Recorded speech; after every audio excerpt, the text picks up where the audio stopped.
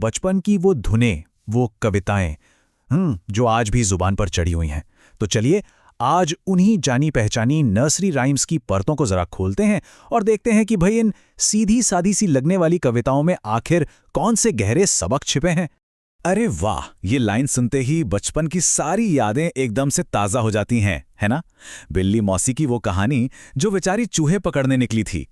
लेकिन क्या ये वाकई सिर्फ एक बिल्ली और एक चूहे की कहानी है या कुछ और भी है? असल में यही वो सवाल है जिसके आसपास आज की हमारी ये पूरी पड़ताल घूमेगी। ये कविताएं हमें हंसाने के अलावा और क्या-क्या सिखा रही हैं।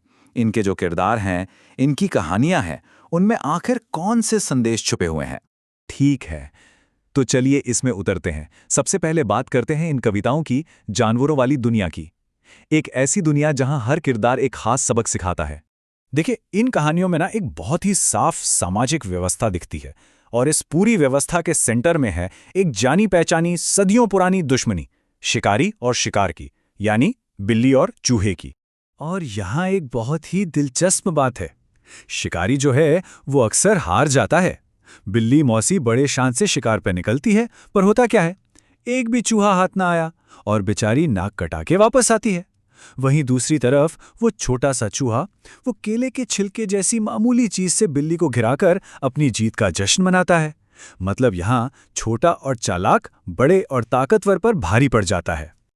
और हाँ, कहानी सिर्फ बिल्ली चूहे तक ही नहीं है, इसमें और भी किरदार हैं। एक मेहनती चिड़िया है जो तिनका तिनका जोड़कर घर बनाती है। शरारती बंदर हैं जो पूरा हंगामा मचा देते हैं। एक सजे धजे हाथी राजा भी हैं। और बेचारे मामा जी जो बिल्लियां घर लाकर खुद ही गंजे हो जाते हैं। हर किरदार एक बहुत ही सीधी सी सीख देता है।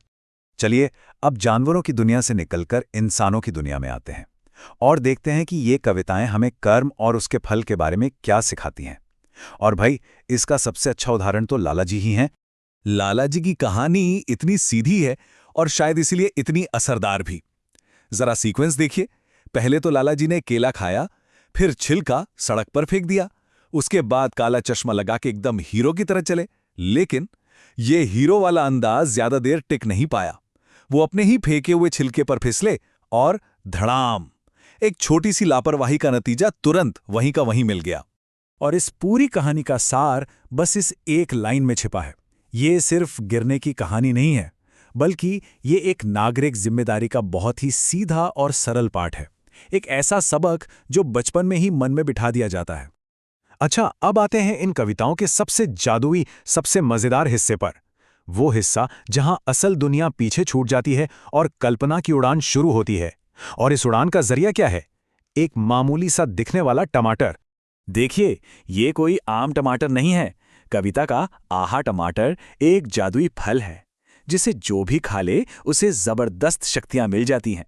अब ये एक ऐसा कॉन्सेप्ट है जो बच्चों की कल्पना को जैसे पंख लगा देता है। तो इस जादुई टमाटर का असर देखिए। इसे खाने के बाद वही चूहा जो कल तक बिल्ली से डरता था, अब वो बिल्ली को डराकर भगा देता है। मतलब प्रकृति का जो नियम है वो यहां पर पलट जाता है। कमजोर अचानक से ताकतवर बन गया। और ये सिलसिला यही नहीं रुकता। कहानी और भी अविश्वसनीय होती है। एक नन्ही सी चींटी वो टमाटर खाकर एक विशाल हाथी को उठा लेती है। ये सशक्तिकरण, मतलब एम्पावरमेंट का एक जबरदस्त उदाहरण है। और फिर आता है इसका क्लाइमैक्स, सबसे बड़ा ट्रांसफॉर्मेशन। जब एक बच्चा टमाटर खाता है तो वो सीधा स्पाइडरमैन बन जाता है। ये दिखाता है कि कैसे ये साधारण सी कविता बच्चों की आज की सुपर हीरो वाली कल्पना से भी जुड़ जाती है। ये ताकतवर बनने की सबसे बड़ी फैंटेसी है।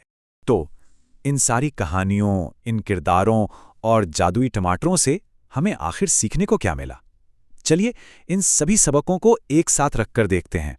अगर हम इन सब को एक साथ रखकर देखें तो एक पैटर्न साफ नजर आता है। घमंडी बिल्ली को सबक मिलता है, लाला जी अपनी लापरवाही का नतीजा भुगतते हैं, चिड़िया अपनी मेहनत से घर बनाती है और जादुई टमाटर खाने वाले ये दिखाते हैं कि छोटा होना कोई कमजोरी नहीं है। हर कहानी एक नैतिक मूल्य सिखा रही है। तो कुल मिलाकर ये कविताएं एक ऐसी दुनिया बनाती हैं जिसके नियम बहुत ही साफ हैं। चतुर बनो, मेहनत करो और हाँ, गंदगी मत फैलाओ। ये वो बुनियादी नैतिक आधार हैं जो ये कविताएं बच्चों को खेल खेल में ही सिखा देती हैं।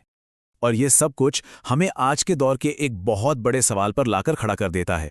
टैबलेट्स और ऐप्स की इस दुनिया में जहां बच्चों का ध्यान खींचने के लिए अनगिनत चीजें हैं, क्या इन पुरानी सीधी-सादी कहानियों की आज भी कोई जगह है? ये वो सवाल है जिस पर सोचना बहुत जरूरी है।